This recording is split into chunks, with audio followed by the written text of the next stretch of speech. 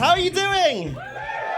Good, yes, I am Matthew Ali. So, I went to an all-boys Catholic secondary school. Oh, God. That place was full of hymns. There's always a weird little delay with that one. Things at work. So, I am single at the moment, and before you ask, Michael, it's still a no, honestly. Obsessed with me. I am single. I am single, and I've been single for a while now. Like, I do enjoy it, but I think I'm just finally ready to settle down, you know?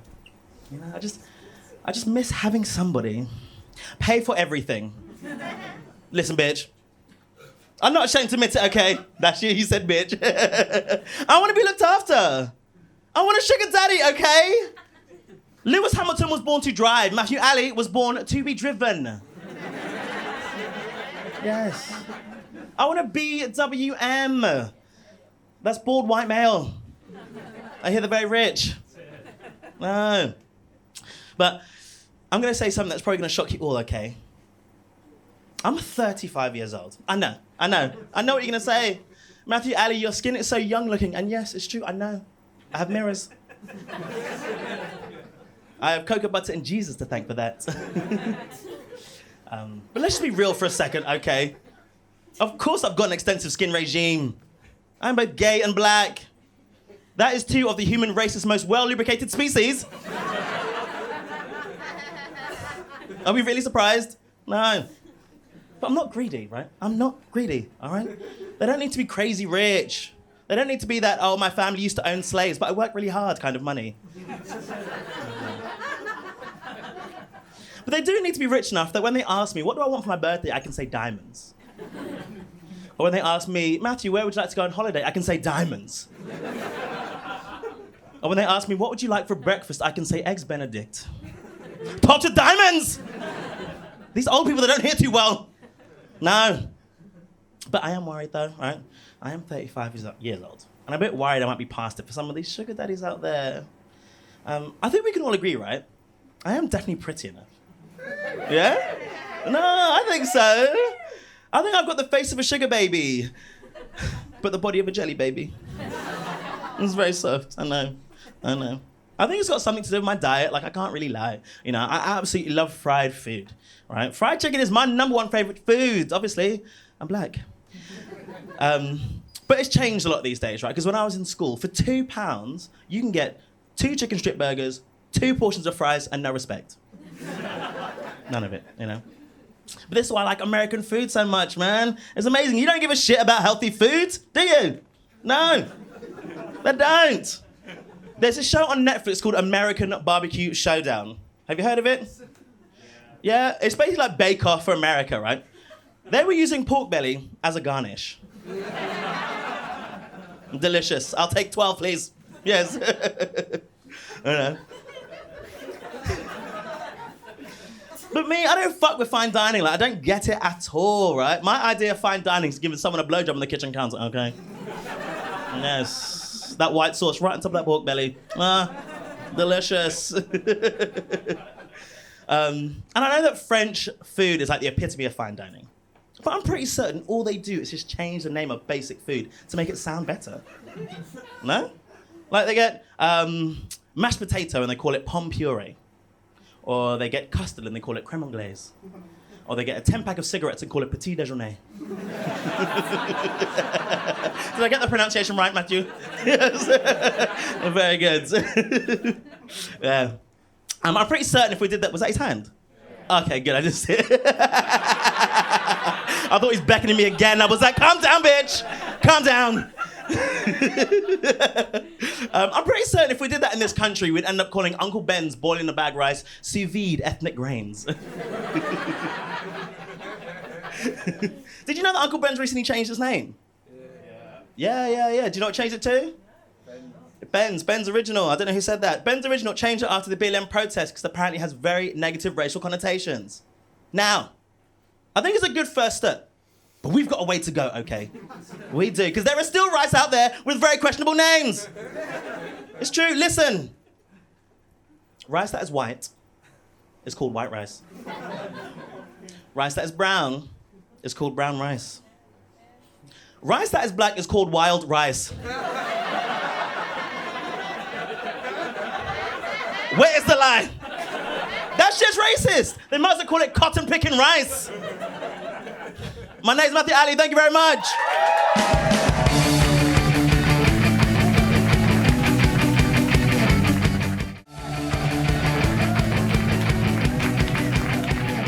All right, how's it going? Nice. My name's Gabrielle McPherson, but sometimes I call myself Gabby Mac because I think Gabrielle McPherson sounds pretty posh. And unfortunately for some of you, I sound like your stepdad after you just climax into your mum. Oh, thank you so much for that, Debbie.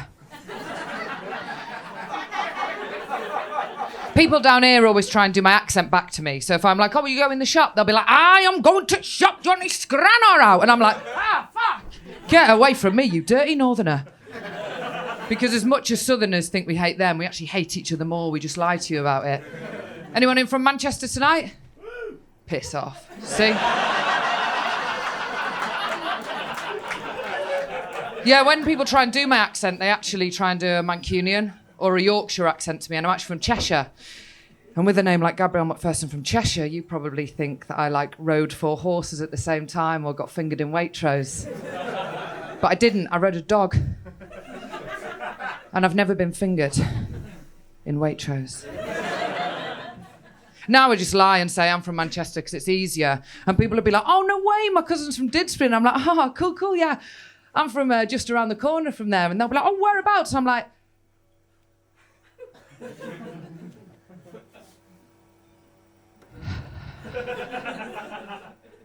the area that is just around the corner from whatever area you said your cousin's from. So now I've started to research Manchester in great detail. The population of each area and how far one area is from another. And I've learned that I fucking hate Manchester. But I'm someone that has to be prepared for everything. I've even started to prepare for the inevitability of getting kidnapped and tortured for information. So I've started to think about the questions they might ask me. For example, how many chickens do I think I could kill if I was locked in a room with them for 2 hours? Easily 400. How many slices of apple crumble could I eat in one sitting? Trick question. I don't believe in fruit on dessert. It's rude. It's not dessert. It's not dessert. The closest thing I get to eating fruit is doing shots of apple sours. And you know what they say? A shot of apple sours a day keeps the doctor away.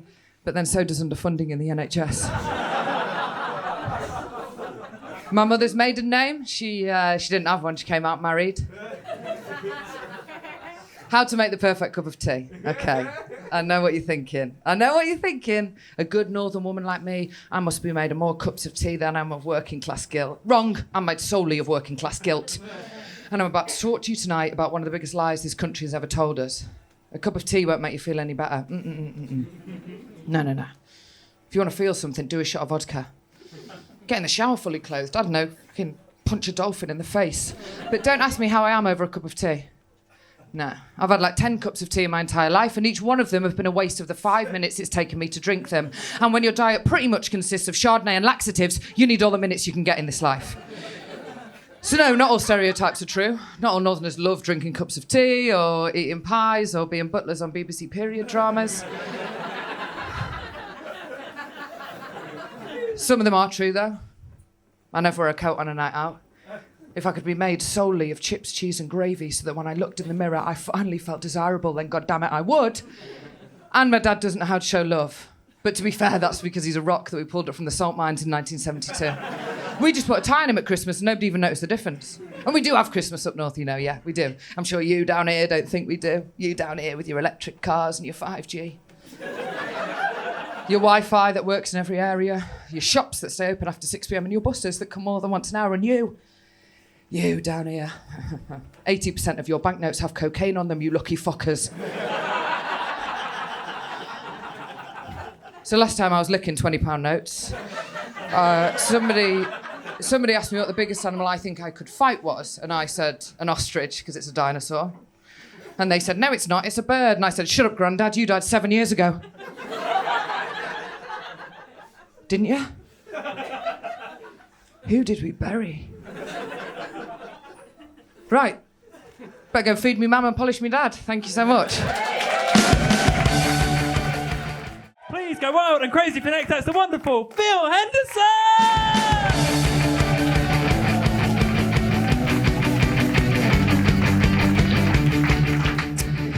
So my name is Phil. I'm from Newcastle originally. You probably all know that the football team in Newcastle has recently been bought by the Crown Prince of Saudi Arabia. Now, a lot of people object to this on political or moral grounds. Personally, I think it's a good thing. I've been saying for a long time that we could do with a big shake-up there. And if you didn't enjoy that tenuous wordplay, you got along 5 minutes ahead of you. But I don't live in Newcastle anymore. I moved out of London, and I live next to one of these tube stations where they blast out classical music very loudly at night. And I found out apparently the reason they do this at some tube stations is to prevent violent crime. And I also found out that that doesn't work. But what it does do, I found, is when you're getting the shit kicked out of you, it's wonderfully cinematic. It's lovely. It's like being in a Kubrick film. It's nice. I'm going to tell you a little bit about my sexuality before I continue, if that's all right. That's all right with everyone? Yeah. I never used to mention my sexuality on stage. It's not relevant to my material. But I've had a few people ask me about it recently, and they said, Phil, is it all right to refer to you as a gay comedian? Is gay comedian an appropriate term?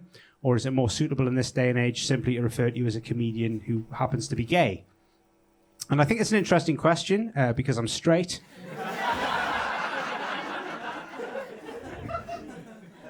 I keep asking. I'm trying to be more positive at the moment, and I think it's difficult to be positive at the moment, isn't it? Because we're kind of in that window, like in between a pandemic and a nuclear war. Cost of living sky high, economy's in the toilet. Both my parents actually lost their jobs last week. I know, it's tragic, isn't it? And I worry about them. I think, are they going to struggle to pay off my student loan? You got to stay positive, haven't you? They'll find a way, I'm sure. But no, I'm trying to be more positive, and one of the steps that I've taken to become more positive, I've started following a lot of motivational Instagram accounts. Yeah, it's the kind of well-adjusted man you're dealing with tonight. And let me tell you something.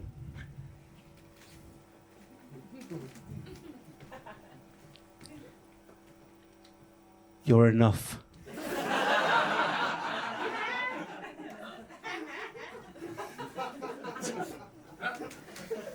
And you, mate? You're enough. It's my favourite phrase at the moment. It's nice, isn't it? You're enough. It's quite affirming. It means you don't need to compare yourself to others all the time. You're enough.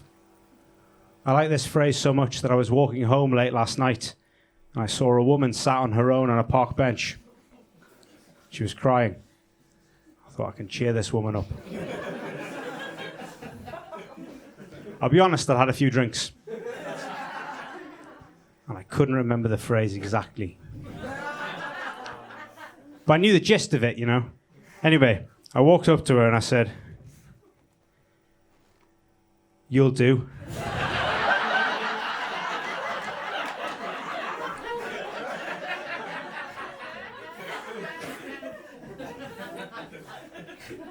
Did not cheer that woman up. Fuck it, I tried.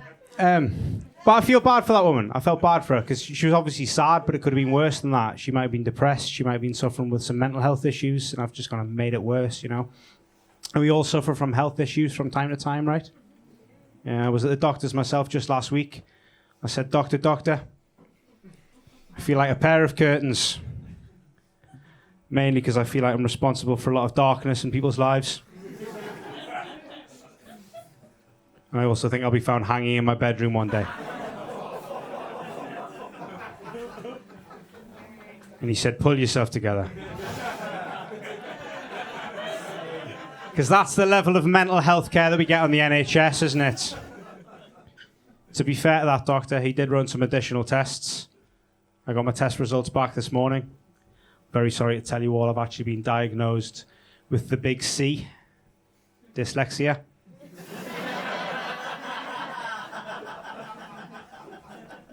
Devastating. Thanks for coming out. Just to remind you all, my name's Phil Henderson. If you'd like to follow me, I'll be getting the Northern Line home. Balls in your court. Have a good night. Cheers. You good? Yes. So So I am in an interracial relationship, which means that while me and my partner are very similar, our parents could not possibly be more different. And I was enlightened to that fact when I walked into a room one day and I saw my wife and my mother-in-law and they were sitting on the bed just having a little hug. And I thought, "Aw, that's not how West Indian mothers show love. West Indian mothers show love by warning you about things that will kill you." Because when I was a kid, my mum used to warn me about the dangers of all sorts of things. Terrorist attacks, cycling accidents, breathing. And my favourite warning came to me when I came out as a lesbian. And it really struck me how it was different for what my wife's coming out experience was like versus mine. When she came out, she was embraced and reassured. And what did I get? I got a cutout of a newspaper featuring the story of a man who contracted throat cancer from performing too much cunnilingus. And on the back of it, she put a post-it note with just one word: beware. So, my wife and I have been loving a bit of trashy reality TV of late. My favourite show is Married at First Sight. Yes! Love it. And, I got into it last season when they had their first ever gay male couple, Daniel and Matt. And they were the cutest. And as I saw them at the altar, moments after meeting, promising to spend the rest of their lives together, I thought, amateurs, us lesbians have been doing this for years. If it was a lesbian show, it'd be called Married at First... Oh, there they are. But that's the thing with us in the LGBTQ community. I think we make the best wedding planners because, it's still a bit new for us. It took a while for us to get marriage equality, so we're still a bit excited about it, It's like a massive win. It's nothing quite like drinking Prosecco or eating a goat's cheese tart and thinking, this is what the protests were for. Who knew the taste of victory was Tesco's finest? But we've got a house together now, which is really cool. And one of the things that's been really interesting about that is you think that you spend your time, settling in and really loving your space together. But I tell you what you end up doing, judging the way your partner does chores. And I realised that when I walked into a room and realised that my wife doesn't know how to fit a duvet cover. Because there's two types of duvet fitters in this world, yeah? And you know which tribe you belong to. There's the normal people, the ones that grab the duvet cover, get it inside out, grab the two corners of the duvet, shivvy it over. 2-minute job, right? But then there's the rest of you. The ones that climb inside the duvet cover, holding 2 corners of the duvet in each hand. Then what do? You start flailing your arms around, trying to make it fit from the inside. So as a suburban wife, I've got some hobbies befitting to my station in life. Gardening, planning dinner parties, spying on my neighbours. And it's easy to do that because of an app called Nextdoor. It's like basically, if those don't know, it's like a Facebook. It's got all your neighbours on there. And has it got some weirdos as well. Oh. And case in point, this guy gets in touch, asks me whether I'd be interested in his services. I thought, fair question. There's lots of painters and decorators on Nextdoor. So I ask him what trade he's in. He says, I'm a ghost hunter. Like, that's a normal thing to say? Now, any normal person would hear that and they would back the fuck out of that conversation, right? Not me. I'm too nosy to give a shit about my personal safety. So, what do? I say, okay, Chancer, tell me more. And he goes, well, you live in an old house. I'm like, yes.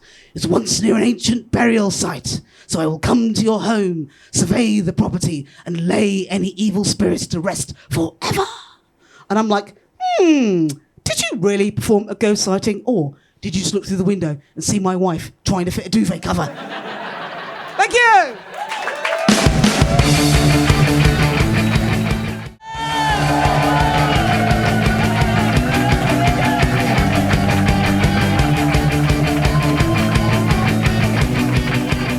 Cheers, guys. How we doing? We all good?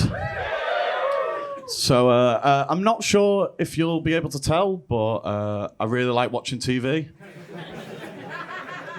I do. I love watching TV. If watching TV was an Olympic sport, I would watch it on TV. For a bit anyway. I'm not into sports. I'm not. But, that being said, I did buy a bike recently. Yeah, I got it off Gumtree because when I buy a bike, I like to make sure it's stolen first. I say I just don't care. I don't. But like, I am trying to eat a bit healthier though. Like, I eat way too many microwave meals. But I don't understand though. Why do they make microwaves in different wattages? Like, I eat microwave meals because I'm lazy, not because I like solving algebra. Stupid. Like, I love eating though, and I wouldn't say I'm a messy eater, but I have been described as passionate. You know, as a child, I was very passionate indeed. And like, I don't know about you, but have you ever been told off for eating a sausage roll too passionately? Well, I have. Like, I was in primary school. The teacher sees me. She comes over. Joseph, you're eating far too quickly there. Do you want me to send you to the head teacher's office and you can show him what you're doing? Well, if there's another sausage roll, you know, I could put a show on for you. I'll even go a bit slower if you like. Yeah. So my dad left me a voicemail message today, and I've not listened to it because it's pointless. But no, because like, hold on, he leaves me the same voicemail every time. It goes like, "Hiya, Joe, it's your dad calling. Just ringing to say, give us a call back on my number." Oh, well. You know, I shouldn't off-put things. Like do you ever off-put doing something, but then when you finally do it, it's like a sweet relief? Like, every night I go to bed, I do that. Like, every night, I'm so reluctant to go bed. But when I'm actually in bed, it's like I've discovered the hot tub on the last day of a holiday. Oh, this is amazing. Why did I get in here sooner? I'm going to get some food and get back in. I'm going to take these off as well while I'm at it. Take these off. No one ever likes that last bit that much. Like, don't like me getting naked, do they? I try not to take offence over it, but it just is what it is, isn't it? No. Like, the worst habit I've got, though, is that I interrupt people. And like, I don't really mean to do it. And it's really hard, right? Because people always, when you interrupt people always think you're being rude, when in fact, I'm just bored. I am. I've not heard this story before, but I'm pretty sure we could get the facts quicker. Like, you know, give it to me. Like, honestly, you big guy, you're great, you guys. Honestly, no, but like the worst habit I've got though is like, I think I thank people too much. Like especially when I get a drink from the bar, like I'll way over thank the bar staff. Like, every time I'll do the same routine. Like, I'll order my drink, cheers mate. I'll pay for it, nice one. I'll get my drink, thank you. And then when I finally got it and I can actually leave, cheers mate, nice one, thank you. I walk up. It's just stupid. It's just stupid. You know, honestly, no. I, before I go, I do want to say, just like, cheers, guys. You are like a really lovely audience, and I would like to say that I do really like performing stand-up comedy when it goes well. Yeah. Otherwise, it's like getting bullied by silence. And I got bullied a bit as a kid. Did anyone else get bullied as a kid? Oh, nice to see you got confidence since then. Nice. Well, like I said, I was bullied a bit, but it was nothing that bad, really. Just a bit of name calling. I was a little fat bastard.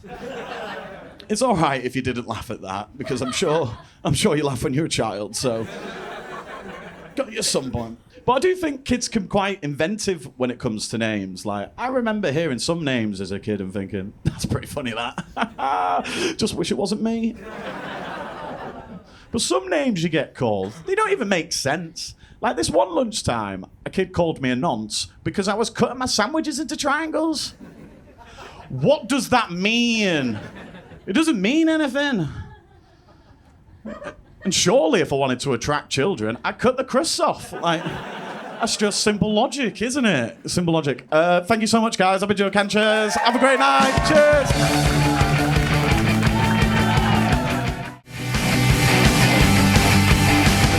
I know what you're thinking. Can he move any slower to the stage? By the way, it's my birthday today.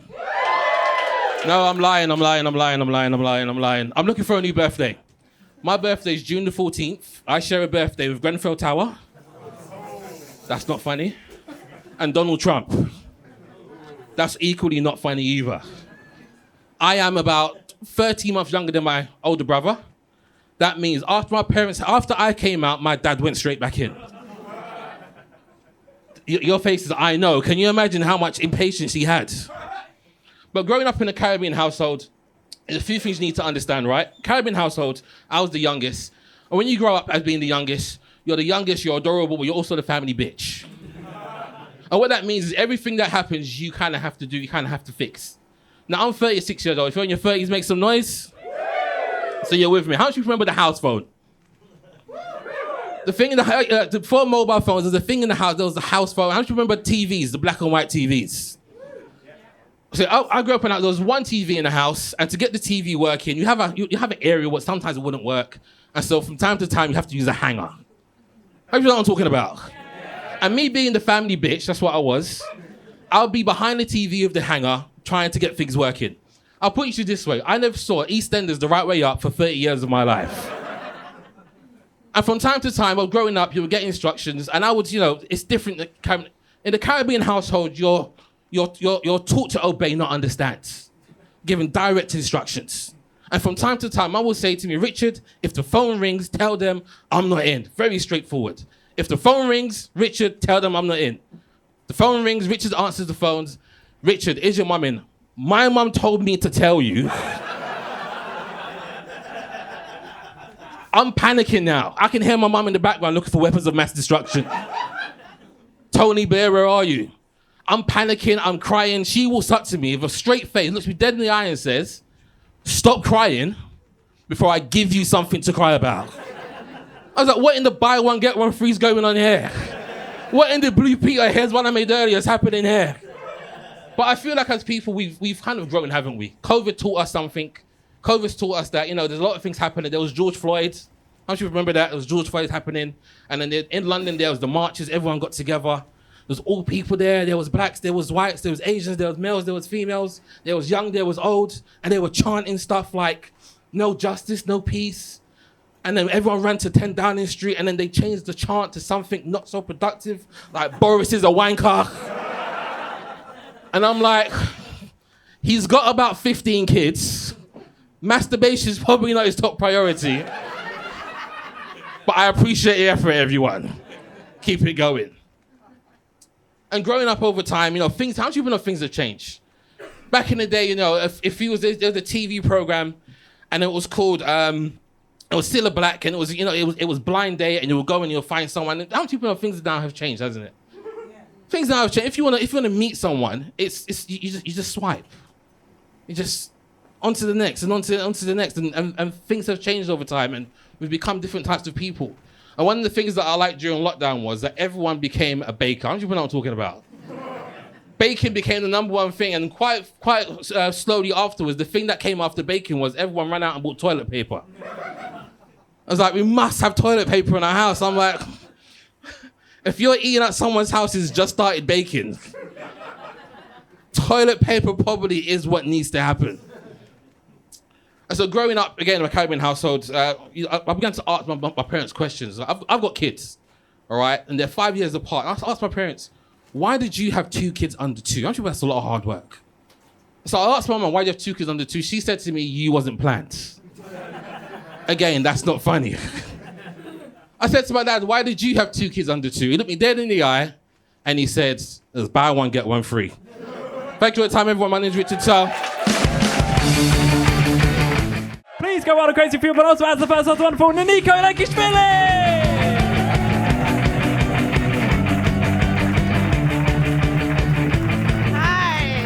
Hi everyone, my name is Niniko. I am from Georgia. And if you're wondering, it's not that racist state that she is from. I would say yes, but the country. Georgia, the country, there is a Georgian country. If you didn't know, you did not pay attention previously because Michael mentioned it. It is in Caucasus, and in Caucasus we have 2 more countries. There is Georgia, the country, there is Azerbaijan, the oil, and there is Armenia, the Kardashians. And I said that we are racist, but it's not true. Not because we don't want to, we just don't have any other race in Caucasus. So we just kind of hate each other. So I just moved here, to see black people, I don't know. I just moved here and I really like living in London. because wherever you go, you are told what to do everywhere. You know, there is like mind the gap and look left and give up your seat. I feel like if I invite any British boy in my house, I should have a poster like, "Don't come inside her, Mayor of London."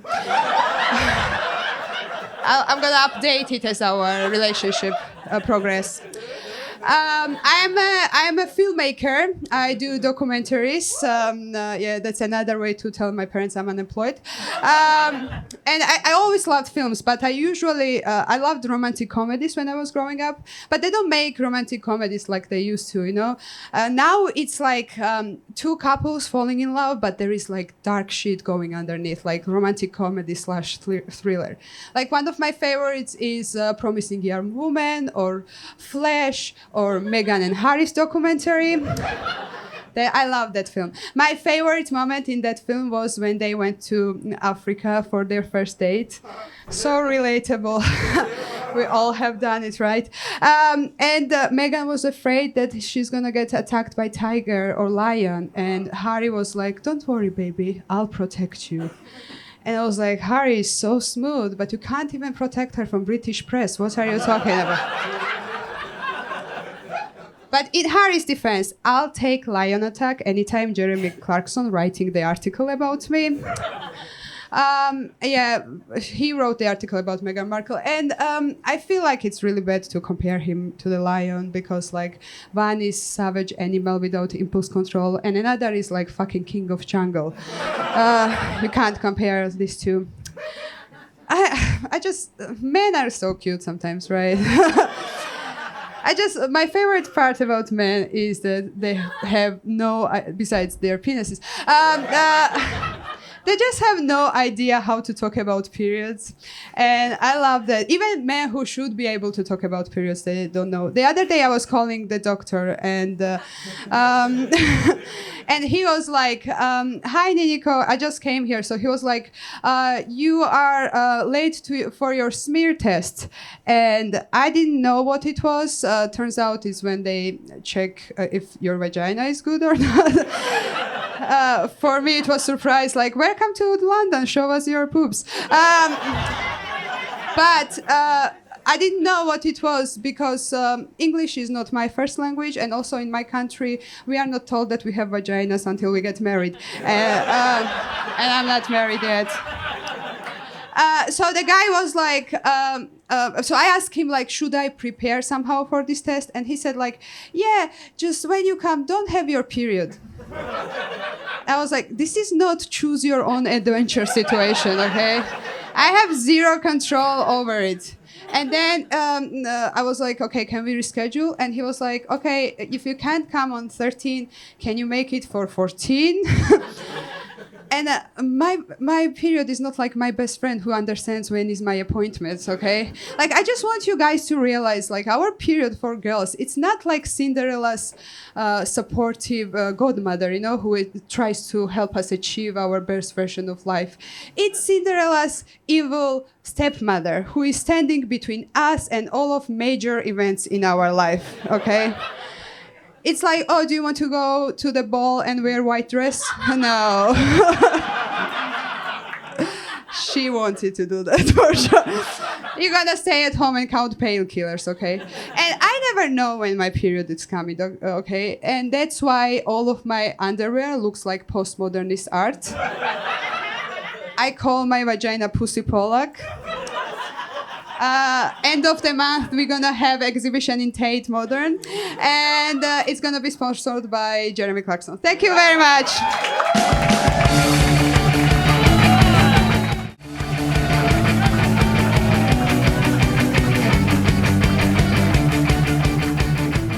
Oh my God, I didn't even know I was going to be doing this tonight. This is crazy. So you guys, my agent has told me I need to make my comedy a little bit more relatable.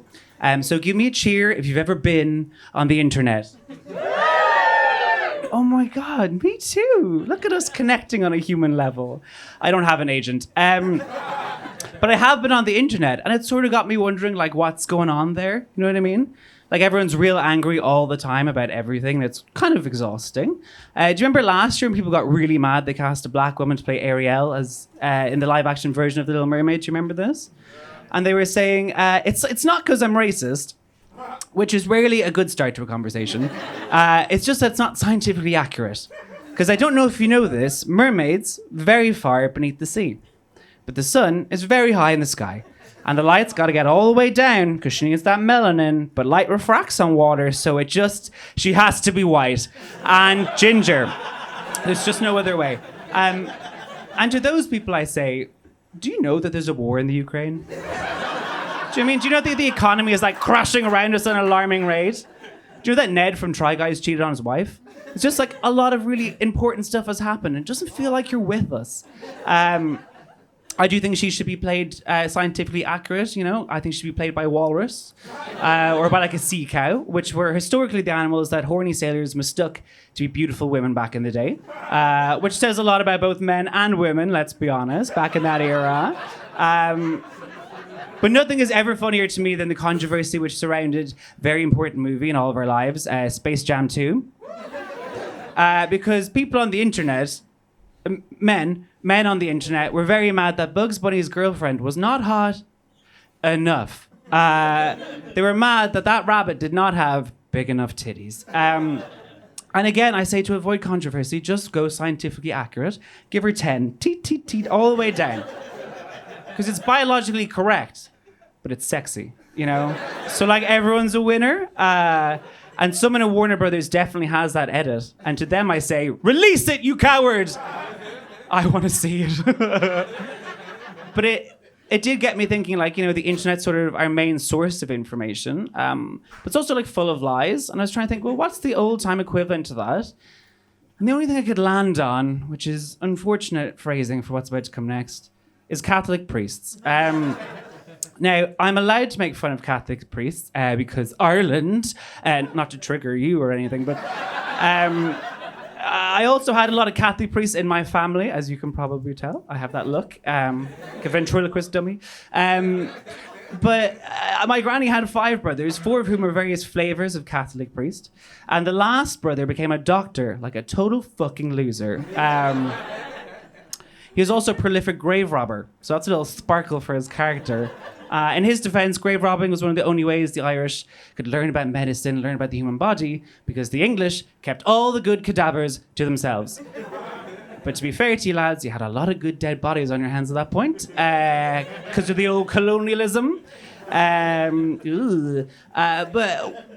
he had a moral code, okay? He only robbed the graves of Protestants. Which is actually pretty progressive for Ireland in the early 1940s, to be honest. So fair play to him. But one of these priest uncles gave me a book full of helpful tips for teens when I was growing up. You may have heard of it. It's called the Bible. This Bible genuinely had a helpful tips for teens section, and I learned a lot from it, mostly against my will. For example, it taught me about the Holy Spirit, which, if you don't know, the Holy Spirit is sort of like the ghost of Christmas past, but for Catholics. And it was described as the love that is between the Father and the Son, which I guess explains why it is invisible. It taught me about the resurrection of Jesus. Again, if you don't know what that is, spoiler alert for the Bible. Jesus dies for our sins and he comes back from the dead, which is like pretty slay of him, I think. But their evidence for this now was that the tomb, when they rolled the stone back, was empty. Now, we all know that grave robbing was invented by the Irish in the early 1940s, which is like, woo! Because that could have been super awkward. And you might be tempted to think it was invented by the English when you ransacked the pyramids of Egypt. But that was actually just called the creation of the Great British Museum. Do you remember earlier when I was like, they have all the good dead bodies because of colonialism? That's what's known as a callback, ladies and gentlemen. Wow, industry term. Gonna leave you on this last life lesson they gave me. It's very heavy. They had an entire chapter devoted to the dangers of heavy petting, which you don't know what that is. It's a bit of over-the-clothes womp womp. The humble rough and tumble, if you will. And their advice was to pet your dog, not your date. And I think that's why there's an entire generation of young men on the internet who are super mad that that rabbit did not have big enough titties. I'm going to leave you on that terrifying mental image. Thank you. I've been comedian number 3.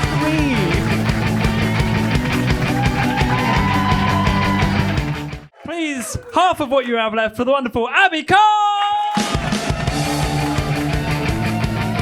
Thank you. Hello everyone. Okay, let me tell you a bit about myself so you can see what you're working with here. Sometimes I lie, not big lies, just sweet little lies that don't really affect anything. Like telling my friends I'm happy when they get promoted. My ex-boyfriend, he used to lie as well. He always used to lop time off stuff. So if he was like running 20 minutes late, he'd always be like, oh, I'm only running 15 minutes late. Or people would be like, oh, how long have you and Abby been together? And he'd be like, I don't have a girlfriend. He's so cheeky sometimes. Okay, so I have a dad, and he cycles loads, as they often do, and he puts them all on Strava. Okay, Strava, if you don't know what Strava is, okay, it's a health monitoring app where you can track your fitness and find out where people live.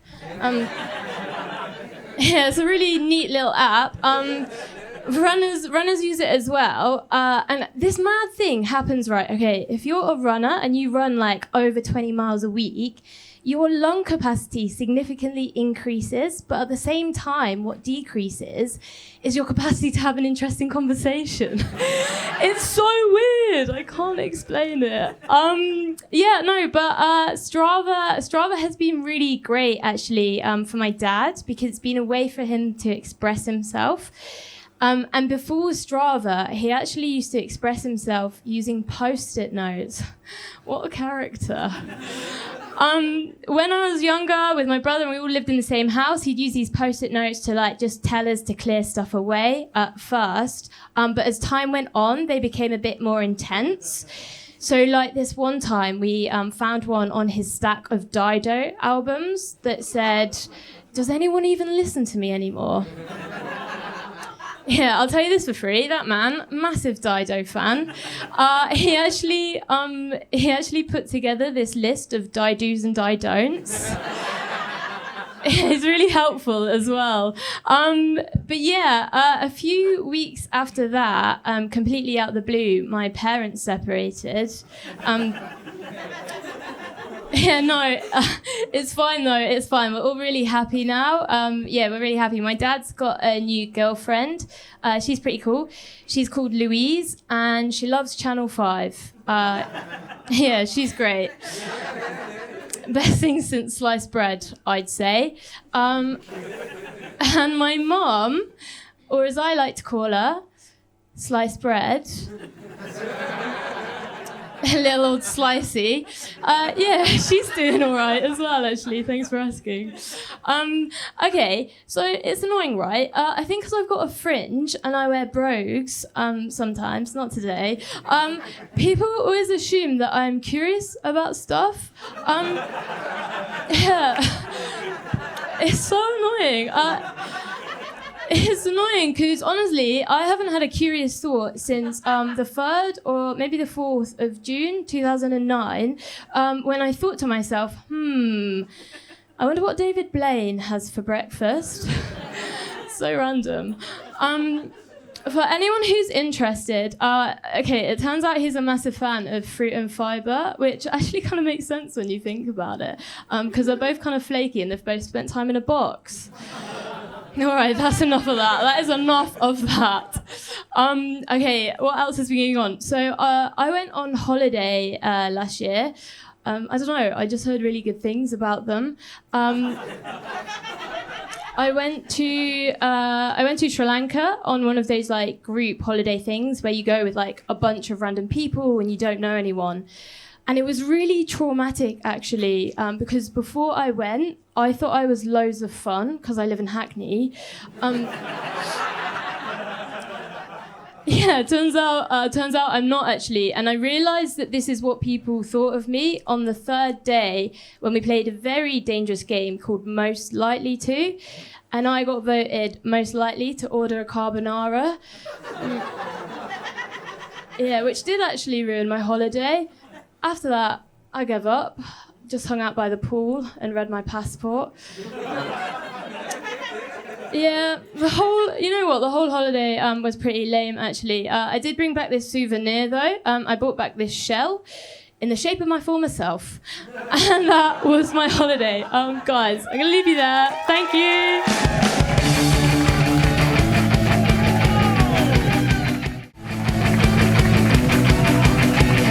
Hello, everyone. Hey, rude. I was voted joint third best personality in my yearbook. Not to brag. And I recently looked up the two guys that beat me. And the guy that came first place, his name's Alex Cole, and he's now a very successful doctor. Yeah, woo for Alex. The second place guy, Elliot Kirby, he is a buyer for a National Garden Center. Yeah. And me, well, I do this. But I was joint third best personality, and I looked up the other guy, and he is in prison. Yeah, so I feel a little bit better about myself. And I don't know what he's in prison for, but I do know that on a Year 9 trip to Thorpe Park, he stole £250 worth of magic tricks from the gift shop. Yeah, and once in a science... You know, it's a thinker. It is. It's a thinker. And once in science class, he took apart a pencil sharpener to use as a weapon. So I'm pretty sure he's in prison for murder. But he will escape. Because of the magic tricks. I've been thinking a lot recently. I think you can tell a lot about a person by what was playing in the background when they lost their virginity. I think that's really informative. For example, you there. Hi. What's your name? Rob. Everyone say hi, Rob. Hi. Rob, can I ask you a personal question? Yeah. Are you a virgin? No. Rob fucks. Rob fucks. No, Rob, actually, do you remember what was playing in the background when you lost your virginity? Music? Uncomfortable silence? Okay, that's bleak, but mine's worse. I lost my virginity to the DVD home screen to Austin Powers. Yeah, we all know the song. 1, 2, 3. Just over and so mine's worse. Give me a cheer if you're dating at the moment. That's bleak. Take a page out of Rob's book. You need to fuck. Get yourselves out there. No, I think it's really important that when you start dating someone new that you get a sexual health test. I think it's really important just to make sure everything's in check. And did you know that you can get them sent to your house now? Of course you know. Someone else that fucks. And I think that's brilliant, but there's one thing that I'll never get over, and that's the fact that you have to send your blood and piss in the post. And literally in any other circumstance, that would for sure get you on a list. I am dating someone at the moment, though. His name is Sam, which is also my name. Yeah. And let me tell you that dating someone with your name is as kinky as you would imagine it to be. Because he goes by Samuel and I go by Sam. So when I say his name in bed, it sounds like I've been naughty. Yeah. And I'll be honest with you, I'm kind of into it. That's my kink. But let me tell you a little bit more about Samuel. He's a circus performer. Yeah. He's a sword swallower. But let me tell you what he does in his circus act. It's a little blowjob joke for you there. No, he's an acrobat. Hey! He's also a juggler. Boo. Not sexy. No. And I do improv comedy. Yes, and.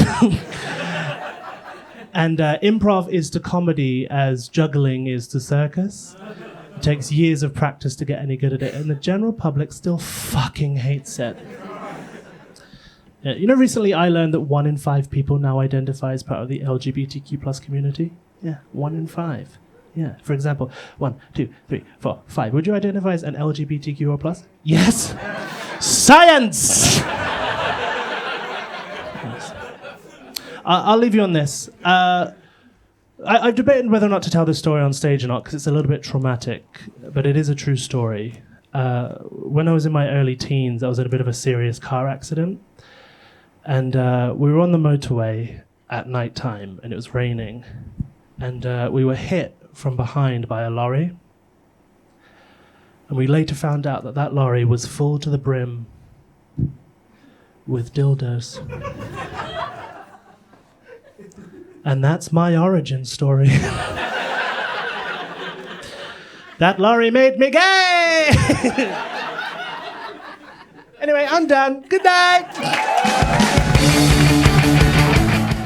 Please make some noise for one for Maria Tenikov!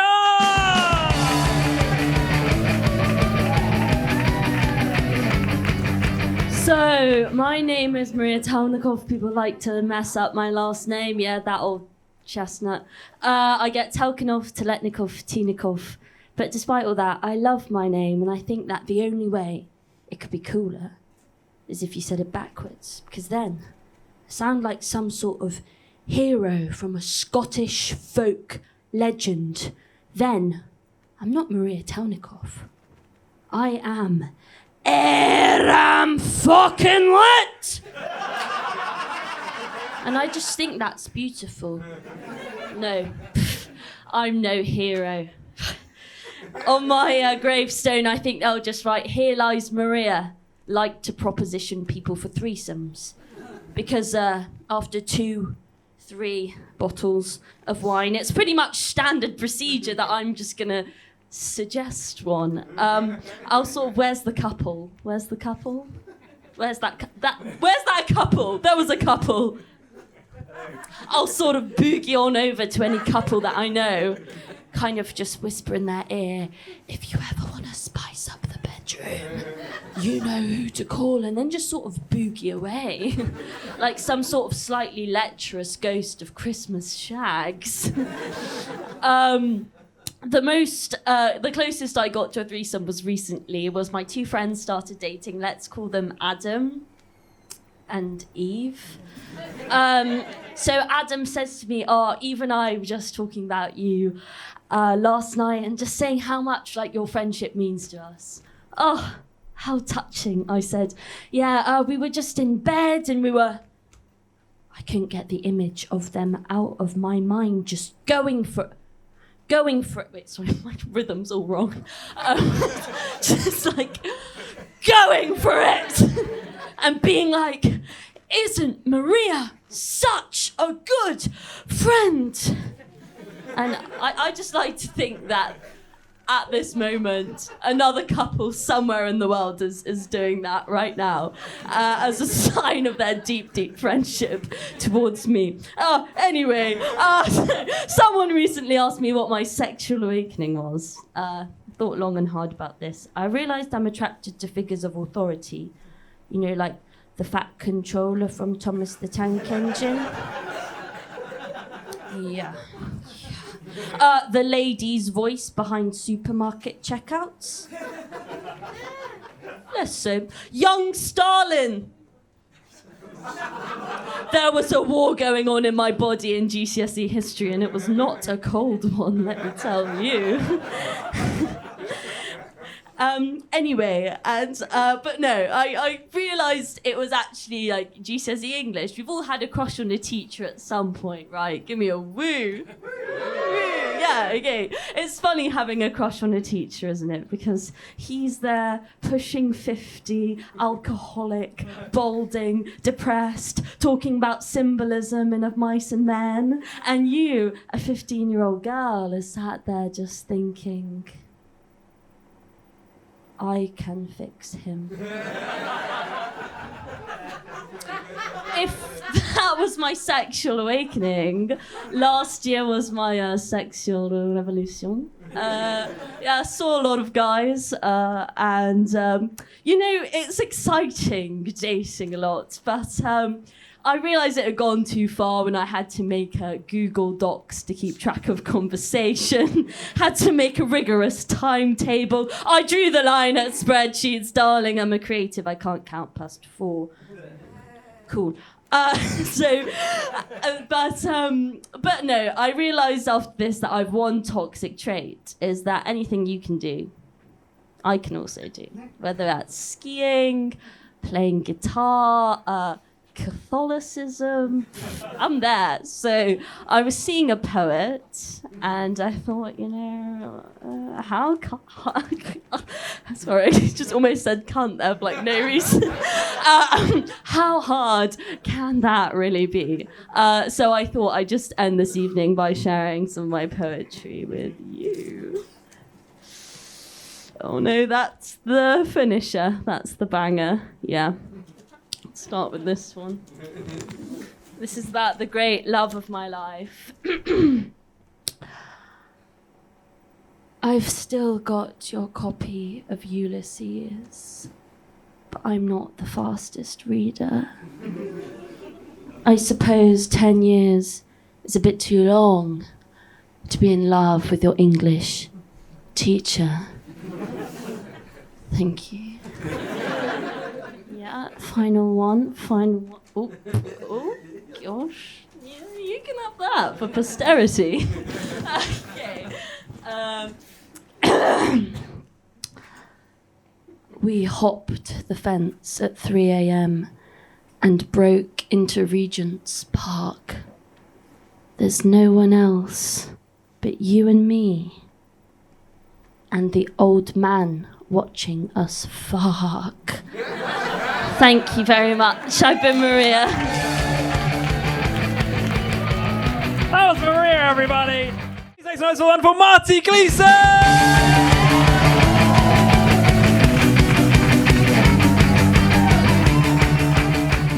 Oh, hello.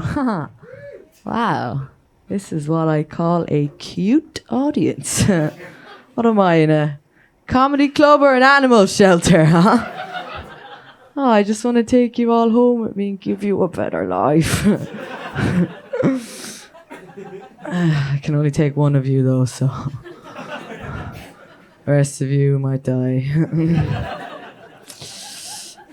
Hello, hey. Hey, guy. Hey, guy. Oh, hey. This is amazing. Hello. Hey, oh, what's your name? Matthew. I'll probably change that name. Okay, cool. Hi, Matthew. Do you live in London, Matthew? Yes. You do? Do you like... You're not from London, I can hear it. Where are you from? France. Do you like living here? Yeah, it's fine. I like living here. It's a bit like... Sometimes, you know? A bit... What the fuck? Like the other day, I saw a woman drop kick her handbag across the street because she missed the bus. So I went over to see if she was okay, and she just went... So... I like... when that happens, when London gives me the shit, I like to go home, take a little break. And one of the things I like doing when I go home is watching movies with my family, because it's the only thing we can all do where nobody's speaking to each other. Are you okay? Is this okay? Okay, good. But I spend so much time Googling what movie to watch, like to see if it's appropriate to watch with a parent. Because, you know, like some of those like pesky sex scenes, you know what I mean? And I finally pick a movie and I think, okay, here we go. It's going to be fine. And I realize pretty quickly I've made a terrible mistake. Oh no. Because I see the way that man is looking at that woman. And I see the way that woman is looking at that man. And I know what's coming. Because we all know what's coming. We all know what's coming.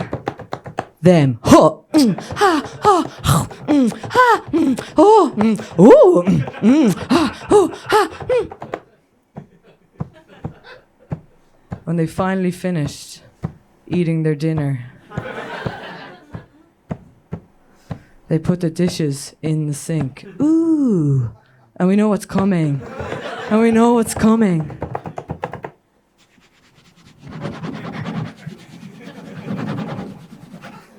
can't get the grease off this pan. And then a third person walks in. And even though none of you have ever seen this movie before, one of your parents says, "Who's that fella?"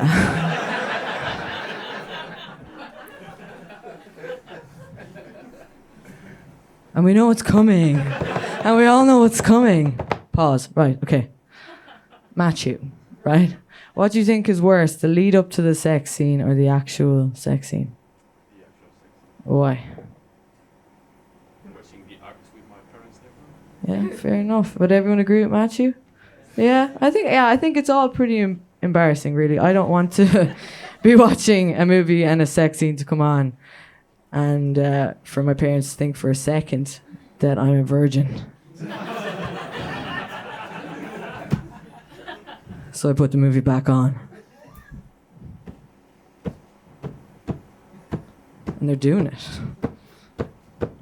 So I turn to my parents and I say, "I've done that." Yeah, like twice. Only worked once, so. Where are you going? You going to the kitchen? You want me to pause it? No? I'm gonna pause it. Do we have any donuts? No? Okay. Do you like donuts? You do? You know what they are? No, they're not like sex donuts. Actual donuts. Yeah, no, because recently I met someone who's never heard of donuts. I was like, donuts, they're like a round baked good. They've got icing on top. They just looked at me like, I was like, police officers eat them.